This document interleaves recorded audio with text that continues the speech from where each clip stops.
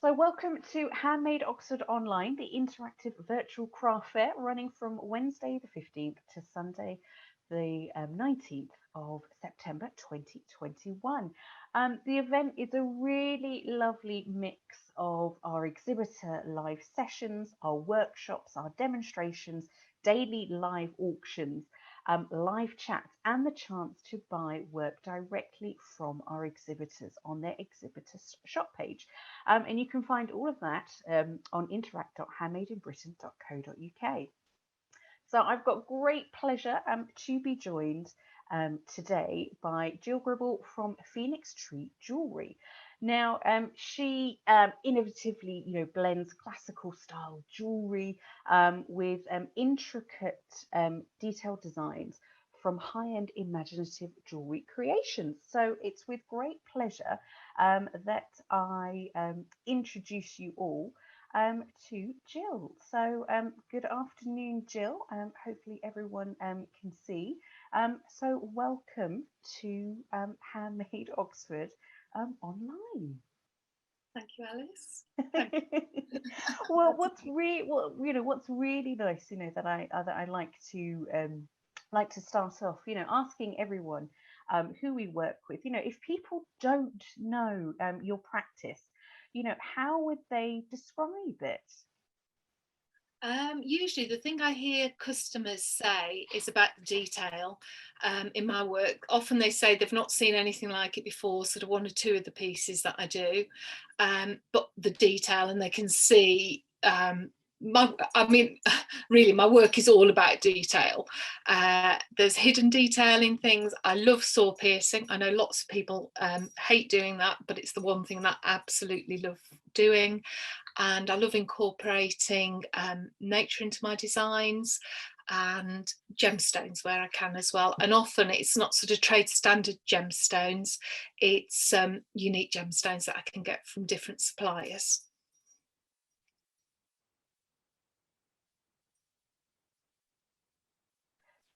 So when you kind of talk, about kind of finding pieces, does it start with a gemstone first? Is that the one that kind of sets you off? Because of course, we know you for saw pierced and 3D shape. So which do you start off with, the silver, or do you start off with a stone? What kind of sets you off, to be Yeah. your favorite technique to start with? Well, my favourite technique is an easy answer. That's saw piercing. What sets me off? It's really difficult to explain that. Really, I sort of have an idea. I can always see the concept in my head, so I know what I'm trying to achieve. So a number of my pieces, I like to try and incorporate the gemstone within the piece, but so that you can see the gemstone through, and that sort of sets off whatever the design of the piece is. And of course it's hard to do in that you can't solder a piece around a gemstone, because a lot of the gemstones I use are coloured gemstones and they're going to be destroyed by the heat from the soldering. So a number of the pieces I've had to come up with ways of incorporating them within the piece and creating the work around them.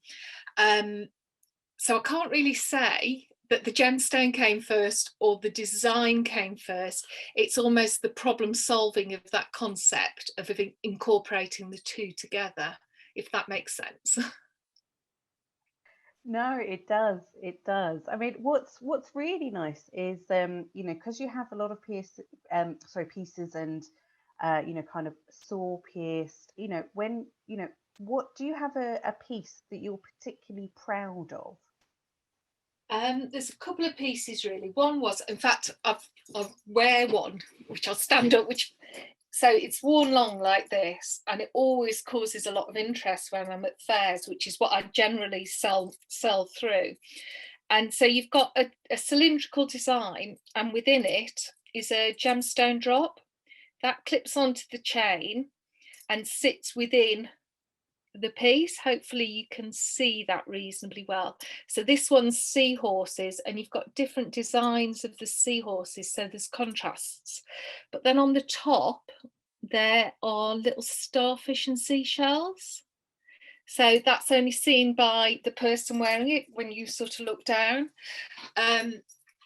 So this piece was, it started with that whole concept of getting a gemstone within my pierced work and being able to see that from within inside it. And it took me months to work out how I was going to do that. But it literally was a light bulb moment. One night, I think I woke up about 4 o'clock in the morning and I thought, that's it. And so the next day I was in the workshop and I sort of put that idea together. And the first one I made was an elephant with elephants walking around, and I still have that one because I was really, really pleased with it. It's really nice to hear, because when kind of looking down into that piece, it kind of then I start thinking about kind of incorporating movement, because now we're looking down into something, then it's kind of thinking, well, will that piece move? How important is actually perhaps having movement, in your work, and does that play quite a pivotal role, within your Yes. collection? Yeah, it does.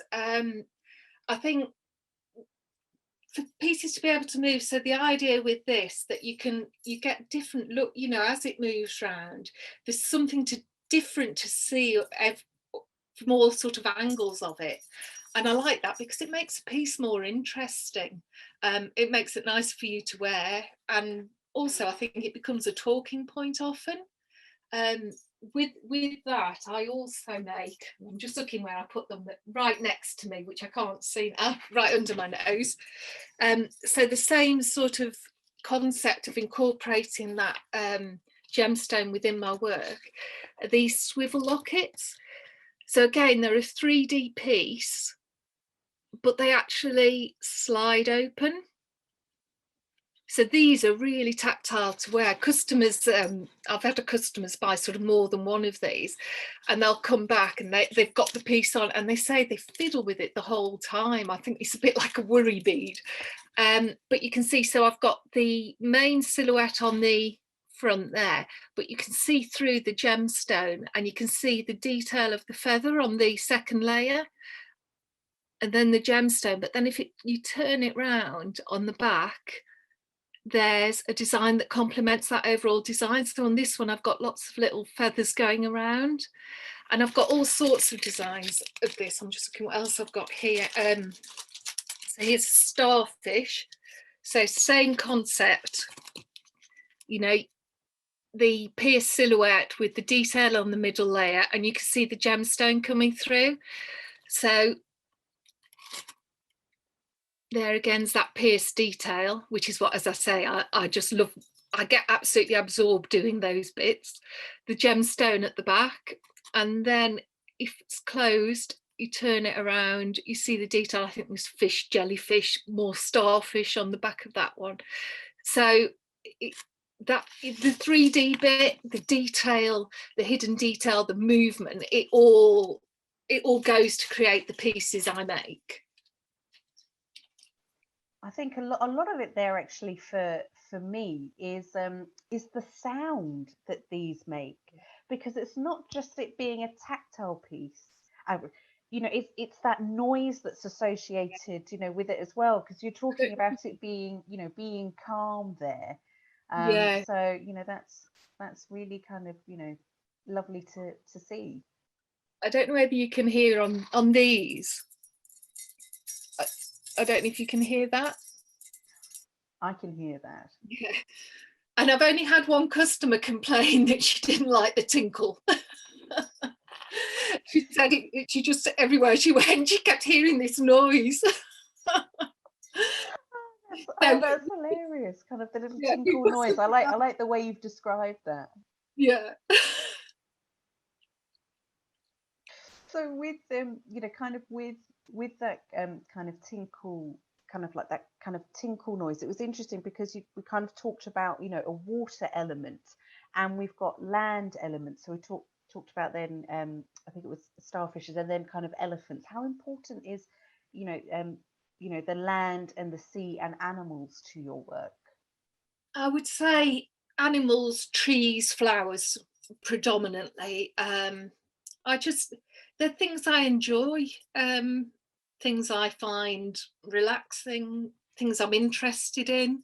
And I've always made, my designs are always based on things that I like, because I think if I like them, somebody else is likely to like it or be interested in it, you know. And but I find then I get requests. So I've made all sorts of wildlife and animals, but I think not last year, it would be the year before, because of course no fairs happened last year. I made a beautiful koala brooch. Now I would have never made a koala, but this lady said she liked my style of jewellery, and she just said, no, make me one, I'll leave it to you. And yeah, so it's nice then, you get challenges from people, they see the kind of thing you do and what your work's like, and then you suddenly find you're making something that you wouldn't have made for yourself, and that's always nice. We can also see that you do things such as dragons. So we kind of have a real kind of mix of kind of, real, kind of real, and then we've got this beautiful kind of mythical, kind of pieces Now, on there. yeah, these were not no, the design and the piece is my idea, but making a dragon was not me at all. I'm very much, so I don't make twee pieces, I tend to try and get pieces. So if I'm doing a giraffe, it looks like a giraffe. And the dragons came from a commission. So a lady had bought a piece from me and liked my work, and she was buying something for her mum, and she wanted a dragon, and she gave me, and I don't know whether I can just grab to hand, I didn't put them out, two pictures. Here we go, two pictures. I can find one of them anyway straight away. So she gave me a picture like this, but she didn't want the ball, but it sort of gave some sort of concept of what she wanted. And so I had to work out how to make it. And I've got 3, and these are actually on the live site now. So there's 3 dragons here.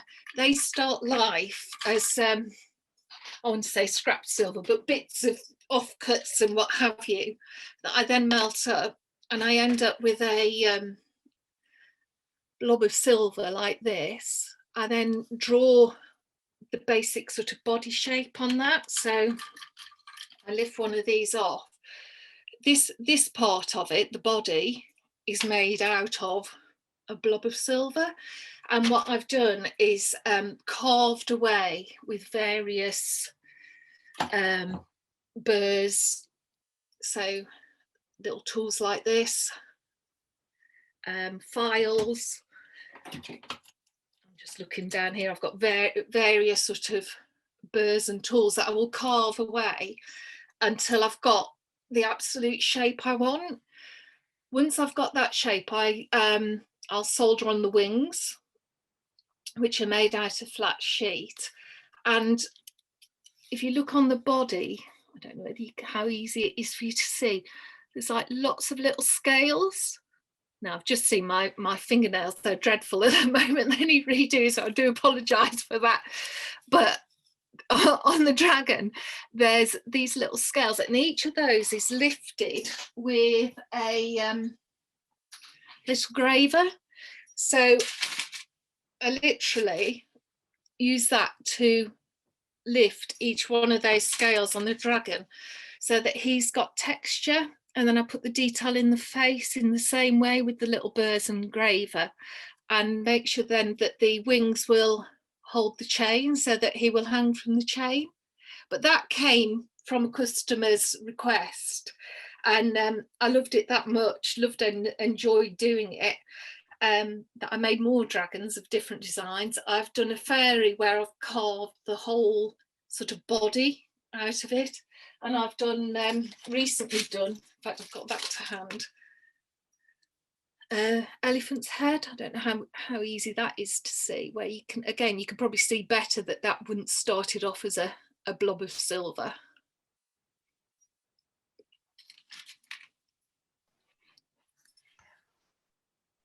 And they're really, really interesting, because I think one of the things with your pieces is, how do you sell your piece?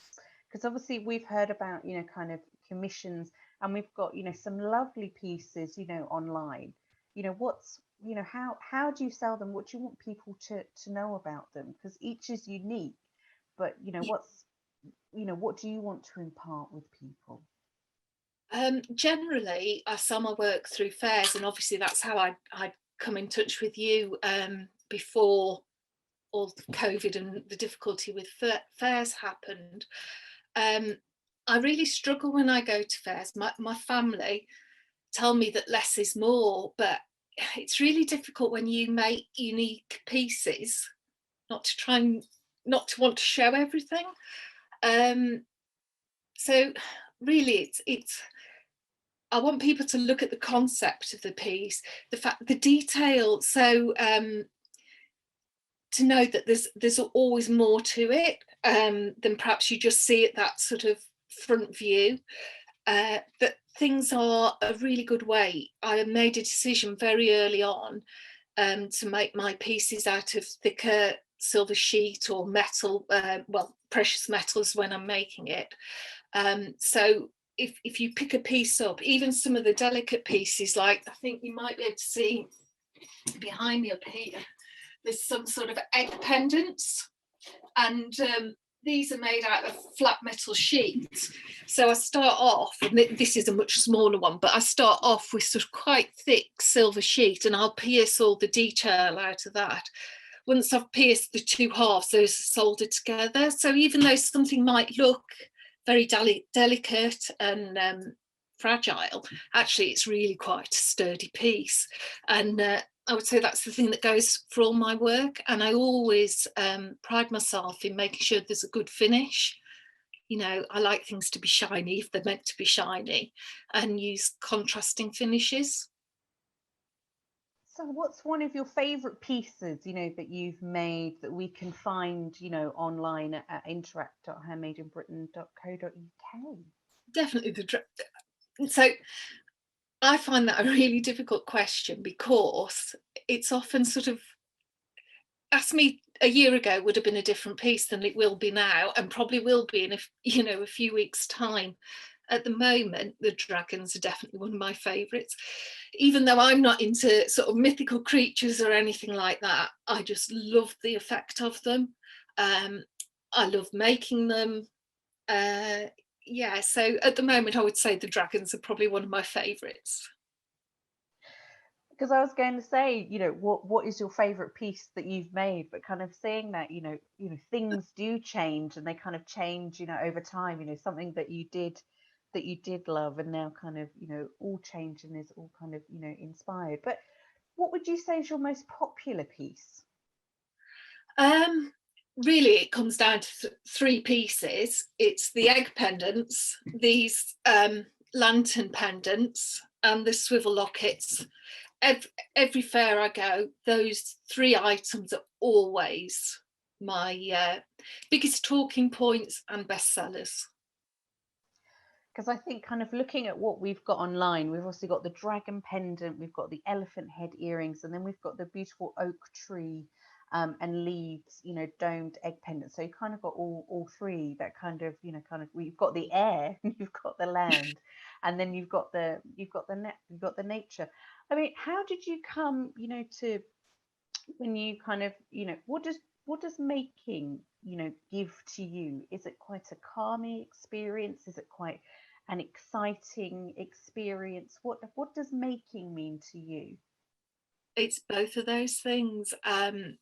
Before I started making jewellery, I used to be a nurse. I district nurse for a long time, and I moved up into management and senior management, which actually, although it seemed the right thing at the time, I ended up coming out with stress and started making jewellery as a result of that. And then sort of got myself sort of properly trained and everything with the bench jewellery in Birmingham in the trade in the jewellery quarter. And the thing that it gave me and still gives me is I get totally absorbed. And I find that so relaxing. No matter what life throws at you, I can come in here and I can switch off, I can get absorbed and just focus on what it is I'm doing. And actually, when I'm creating new pieces, because I can see it in my mind's eye, seeing it then come together and come to life, I love that. That's really exciting. Then when it's done, to get it right, yeah, that's exciting. But do you ever feel a piece is finished? Yes, yes, I do. Because I wouldn't be happy to put it up for sale if I didn't feel it was right. And it's also, I'm very much good enough isn't good enough. It's such a I ask this of everyone, and it's really nice to kind of get varied, because to some people it's never finished, and that was quite a direct say no, yes, I'm happy with it, it's done, it can go off now. And does it give you that freedom to then move on and let all those other influences in, or it's kind of guided you perhaps to change and to do a different piece of work? Yeah, very much so. I'm not happy to let a piece go until it's right. It has to be right. And yeah, I keep working on it until it is. And then something like learning new techniques. So the carving I've done of those sort of silver blobs, and then the challenge that then brings, that I can bring to other pieces, because you sort of you're learning. I suppose part of the joy of this is there's so much to learn. And no matter how long I've been making jewellery, there's always more to learn. And so something like the dragon pieces that I made, the first one sort of probably 12 months ago, I think it was about this time last year, the first one was completed. It's what you can then do with that. So immediately I'm like, because I make some fairy pendants, and immediately it was like, oh, wouldn't it be lovely to have a 3D fairy rather than the layered flat ones that I'd done previously? So it's using and adapting the things that I'm doing as I'm going and learning to new work.